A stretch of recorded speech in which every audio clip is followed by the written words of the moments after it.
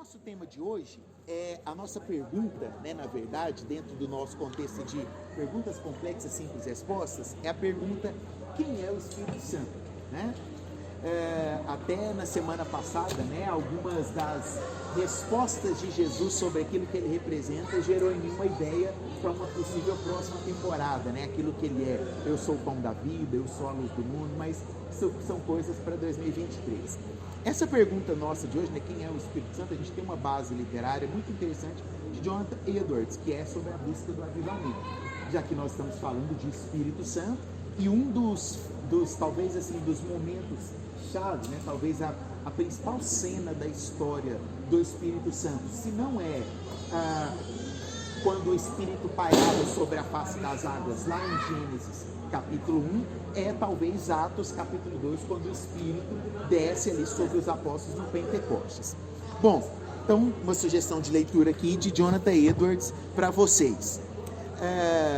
Para começar, né, eu gostaria só de fazer um remember do nosso episódio, que foi o episódio o qual nós falamos sobre a Trindade. Quem estava aqui no episódio sobre a Trindade? Vocês lembram como que nós tínhamos definido, né, o termo Trindade? Mais ou menos, foi assim, passou perto, lembra não? Nós tínhamos chegado a uma conclusão, né, de que a Trindade ela tem um significado, uma representação que nós poderíamos dizer da seguinte forma, né? Deus, ele é um em essência e três em pessoa. Lembrou? Deus, ele é um em essência e, ao mesmo tempo, ele é três em pessoa. Então, nós não dizemos que nós temos três pessoas na Trindade com três personalidades diferentes. Por isso que nós falamos que Deus, ele é um em essência e três pessoas ali. Agora, se eu fizesse uma pergunta para você hoje, eu perguntasse assim, para você, Júlia, Bebela, Luca: Deus existe? O que vocês responderiam? Deus existe? Sim? Sim ou não, Bebela? Deus existe? Júlia, sim ou não? Sim? Deus existe, Caia? Deus existe, Vinícius? E aí, Tebas, Deus existe? Rony, Deus existe? Para todos, é um consenso que Deus existe?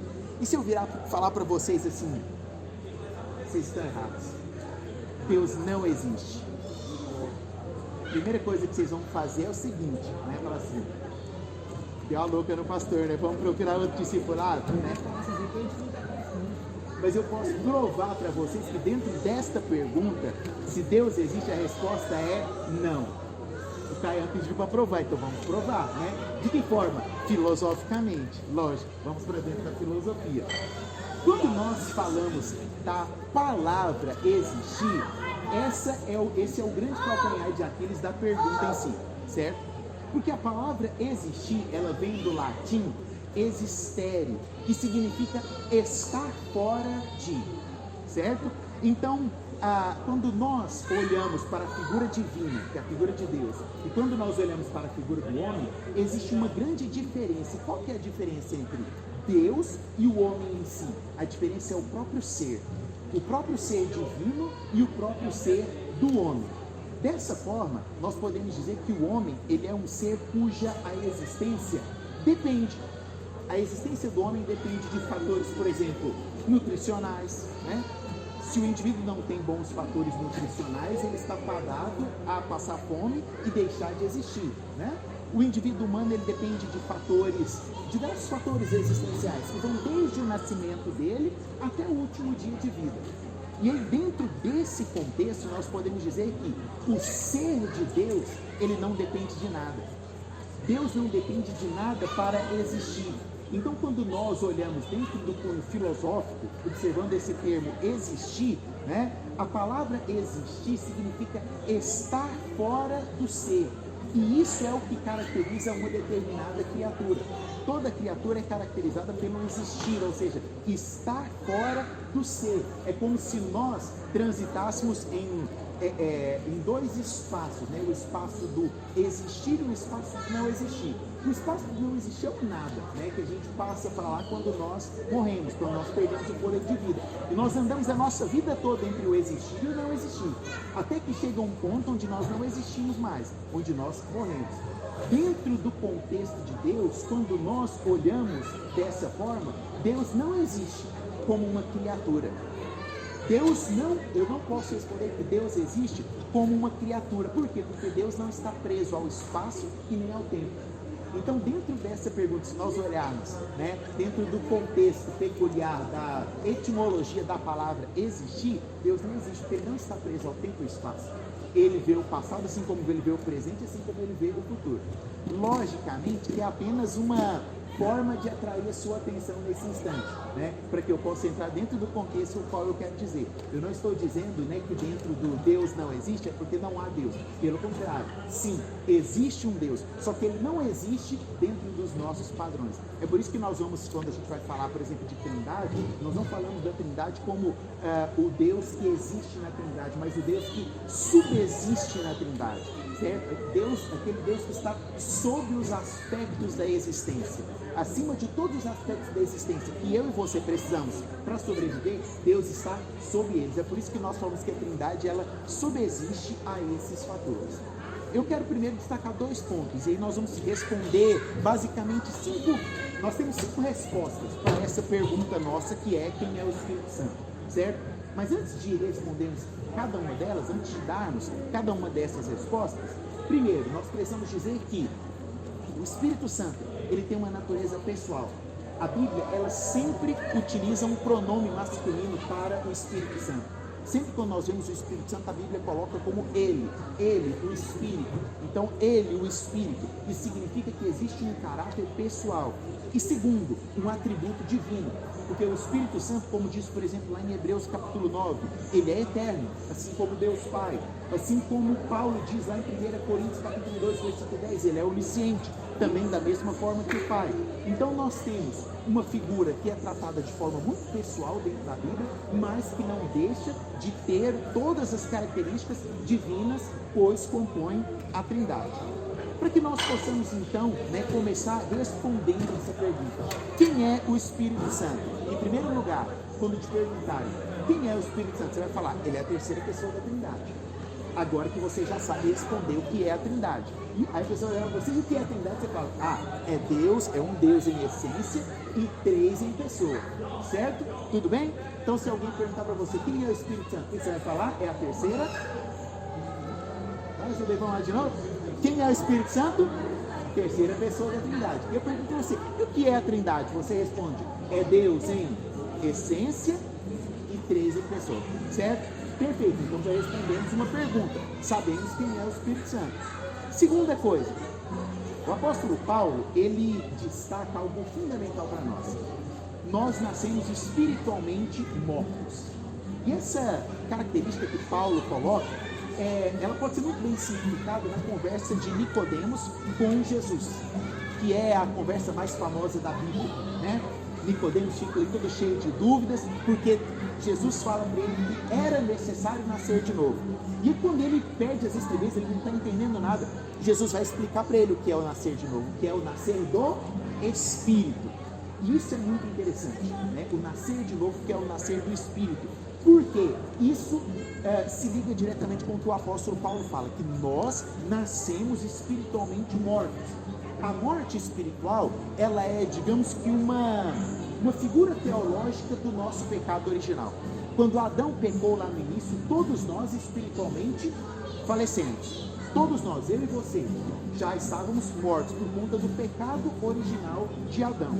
Dentro desse contexto, é necessário que a ação do Espírito Santo, porque é através do Espírito Santo que nós temos a capacidade de nascer de novo.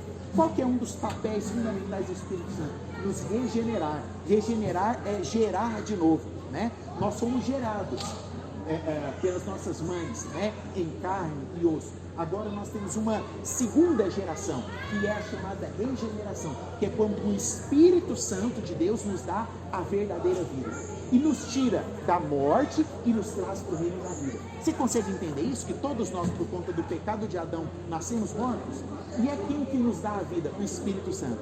Então, uma segunda forma de responder quem é o Espírito Santo, nós poderíamos dizer: o Espírito Santo é o doador da vida. É Ele quem nos dá a vida, Ele quem nos dá o fôlego de vida que nós temos, certo? Para respondermos de uma terceira forma, uma forma agora sim, bem filosófica. Vou citar dois filósofos para vocês do século XIX. Friedrich Nietzsche, um alemão, e Søren Kierkegaard. Nietzsche é muito conhecido pela frase, né, que ele propôs de que Deus está morto, né? Aí nós precisamos entrar dentro da filosofia para entender o que ele queria dizer. Na verdade, ele coloca Deus está morto no coração das pessoas, né? Deus havia morrido dentro da sociedade, por isso que a sociedade estava caminhando para o desastre. Mas o mesmo Nietzsche, ele tem algumas características que vão totalmente contra o cristianismo. Por exemplo, ele negava, né, e ele negava o cristianismo argumentando em cima de uma das principais paixões do homem hoje, que é o quê? Já ouviu aquela frase, dê poder e você conhece a pessoa? Né? Para ele, toda pessoa tinha que buscar o poder. E o cristianismo é algo que vai como John Stott diz, na contracultura do sistema, né? Porque o cristianismo não nos ensina a querer o poder sobre todas as coisas. Já leu o Sermão do Monte? O que o Sermão do Monte nos ensina? Aquilo que é totalmente contrário à busca de poder, né? O Sermão do Monte nos ensina a chorar, a nos humilhar, não é mesmo? Né? Jesus, ele vai totalmente ao contrário daquilo que o mundo prega. Por isso que Nietzsche era tão grilado com o cristianismo. Ele falava, não, as pessoas têm que voltar a buscar o poder sobre todas as coisas. E ele dizia, né, a vida não tem significado, não há bondade no mundo, mas mesmo assim, você precisa viver com coragem.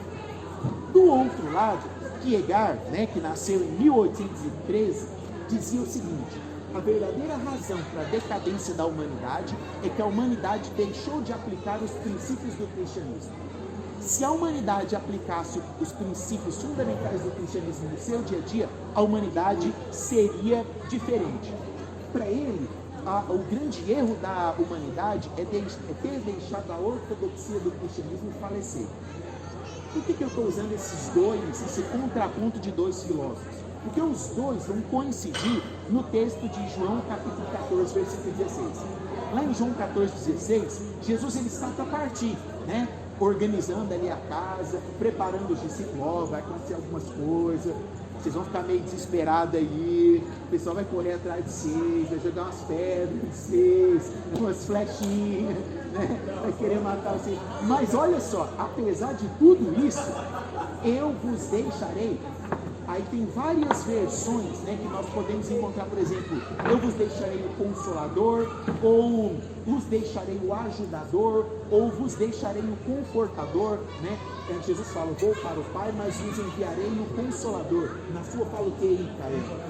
Encorajador, legal, é a MBT, não é? Isso. Bem propício você ter citado para nós aí o encorajador. Por quê? Porque muitas vezes, quando nós falamos que a maioria das Bíblias até então traziam, vos deixarei o Consolador. O que é o Consolador, né, Bia? É aquela pessoa que chega quando você está, tadinho, né? Chora não, fica triste não, né? Só que não é isso que Jesus estava dizendo. A palavra no grego que Jesus utiliza é vos deixarei o Paracletos. O que é o Paracletos? É uma palavra que se dá pela junção de duas outras palavras, né? O para significa ao lado de, e o cletos significa chamar. Então o que era o Paracletos naquela época? Quando uma família estava passando por uma contenda, uma dificuldade litigiosa, alguma coisa, por exemplo, com um vizinho, né? Geralmente ela usava o Paracletos. O que era o Paracletos? Era uma pessoa que era chamada para estar ao lado daquela família, para defender os direitos daquela família. Para você que é do direito, né? É exatamente nesse momento que surge a figura do advogado, que é a pessoa que se coloca ao lado para defender o direito daquele indivíduo, daquela pessoa. É isso que Jesus fala. Jesus fala assim, ó, eu vou para o Pai, mas os enviarei o Paracletos. Não vou deixar um consolador que vai vir só passar a mãozinha na sua cabeça, não. Eu vou deixar alguém que vai se colocar ao teu lado quando você chamar, para te ajudar como uma espécie de advogado. Nesse sentido, nós voltamos aos filósofos, né? E assim como, por exemplo, Nietzsche disse, né, que apesar de tudo nessa vida, tenha coragem, eu reforço, apesar de todas as dificuldades na sua vida, tenha coragem, porque existe alguém ao seu lado, foi enviado para estar ao seu lado a figura que é a figura do Espírito Santo, e não há nenhum advogado melhor que o Espírito Santo para defender a tua causa. E segundo, assim como Kierkegaard, coloque o Espírito ao seu lado dia a dia. Não deixe que o cristianismo seja apenas um ideal ilusório, que o cristianismo seja a sua prática diária, pois através disso você vai entender que o Espírito Santo também é o seu defensor, também é o seu advogado. Então nós vimos até aqui que o Espírito Santo, em primeiro lugar, ele é a terceira pessoa da Trindade, agora que você já sabe responder o que é a Trindade. Segundo, o Espírito Santo ele é o doador da vida. Terceiro, o Espírito Santo ele é o nosso advogado. Além disso tudo, o que mais que nós podemos dizer sobre o Espírito Santo? Para irmos para a nossa conclusão. Por que nós chamamos o Espírito de Santo? Já parou para pensar? Por que não é só o Espírito? Deus Pai, Deus Filho e Deus Espírito. Por que tem o Santo? Na Trindade, cada um tem uma missão, digamos, né? Nós pegamos no Antigo Testamento, a figura do Pai é mais proeminente. Aí quando nós entramos no Novo Testamento, não que o Espírito nem o Filho não estejam no Antigo Testamento, certo? Mas o foco maior é dado ao Pai no Antigo Testamento. No Novo Testamento nós temos a figura do Filho, porque Jesus entra na história. E depois de Atos até os nossos dias, nós temos a ação do Espírito, que é o Espírito Santo. Por que Santo? Porque dentre os três, ele é o responsável pela nossa santificação. Se nós fizéssemos uma pergunta para você nessa noite, né? Por exemplo, qual é a principal vontade de Deus para a sua vida? Você consegue pensar qual é a principal vontade de Deus para a minha vida? O que Deus no fundo quer para mim? Nós poderíamos usar o que está lá em 1 Tessalonicenses capítulo 4, que diz, essa é a vontade de Deus, 2 pontos, a vossa santificação. A vontade de Deus é que eu e você sejamos santos. E quem é que nos santifica? O Espírito. Porque o Espírito também é santo. Você consegue entender isso? Agora o que eu acho mais legal de tudo. Jesus, em muitos episódios, principalmente em João, Jesus vai chamar o Espírito, além de ser o Espírito Santo, Jesus vai dar o nome de Espírito da Verdade. Isso é muito legal. Vários textos de João, Jesus usa o Espírito Santo como o Espírito da Verdade. Por quê? Porque a santidade ela anda junto com a verdade. É a santidade que nos ajuda a viver a essência da verdade.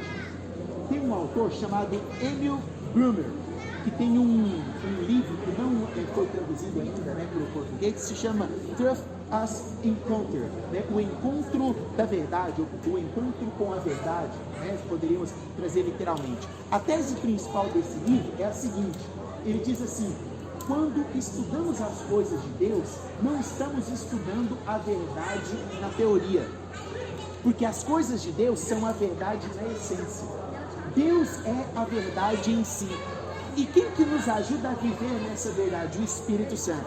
Como que nós conhecemos o Espírito Santo? Através da leitura e do estudo da Palavra de Deus, que é o princípio de toda a verdade. E ela não é um fim em si mesma. A Bíblia não é um fim em si mesma, mas a Bíblia ela está repleta de sinais, né? Para que serve o sinal quando nós estamos no trânsito, por exemplo, né? Tem um sinal lá de vire à esquerda, né? Aquilo ali está te indicando o quê? Um caminho. Todos os sinais vão te indicar algo. Da mesma forma é a Bíblia. Ela não é um fim em si mesmo, porque ela nos indica e ela nos direciona para o fim principal, o qual Deus criou a humanidade, que é o nosso relacionamento com Ele. Você consegue entender isso? Portanto, nós podemos também concluir que o Espírito Santo, por intermédio da santidade, ele é a verdade. Ou o Espírito Santo, por intermédio da palavra, é a santidade. Por isso que nós o chamamos de Espírito Santo. Agora você consegue responder mais uma pergunta, né? Vamos lá? Você consegue responder para alguém que te perguntar por que o Espírito é chamado de Santo. Você já consegue responder também que esse mesmo Espírito Santo, ele faz parte da Trindade, e ele é a terceira pessoa dessa Trindade. E você sabe também o que é a Trindade. O que é a Trindade, Júlia?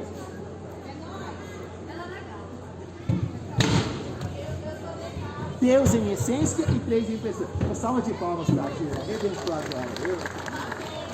Por último, para que nós possamos finalizar, talvez o texto maior da Bíblia, como eu disse no início, né? Talvez nós temos dois grandes textos que nos mostram a figura do Espírito Santo.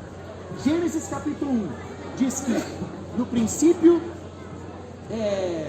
Deus criou o mundo, né? E o Espírito de Deus pairava sobre a face das águas. O Espírito Santo já estava ali. E nós temos uma outra figura, que é quando o Espírito Santo... talvez nós podemos citar três. Além do Espírito de Deus pairando sobre a face das águas, nós temos um momento... Você lembra? Eu lembrei desse agora, é fundamental. Sacrifício de Abraão? Não. Onde o Espírito Santo aparece na Bíblia? Não. Bauer. Quem falou? O batismo de Jesus. Sim ou não? Porque no batismo de Jesus nós temos o quê? A pomba descendo sobre Jesus. Talvez é uma das simbologias. E olha que legal, eu não tinha pensado nisso. A pomba ela desce e paira sobre a cabeça de Jesus. Assim como o Espírito lá em Gênesis pairava sobre a face das águas. Aí além dessas duas nós temos a terceira que é bem impactante, né? Que é Atos 2, né? O Dunamis, né? Recebereis o poder ao descer sobre vós o Espírito Santo. E isso acontece no Pentecostes, né? O que era o Pentecostes, pastor? Estamos encerrando, tá? O que era o Pentecostes? O Pentecostes era uma festa em Jerusalém, onde os judeus do mundo inteiro se reuniam ali. E naquele exato instante, naquele momento, Deus libera os dons sobre os apóstolos. E aqueles homens se enchem do Espírito Santo. Para quê? Para terem status? Não. Para ter o selinho azul lá no Instagram da época? Pedro, né? Sou verificado? Não. Para ter poder? Não. Por que o Espírito Santo desce sobre aqueles homens? Para capacitá-los. O Espírito Santo desce sobre aqueles homens. Eles estavam com medo, trancados, sendo já perseguidos, né? Não estavam lembrando ainda daquilo que Jesus tinha dito. Olha, eu vou mandar para vocês o Espírito.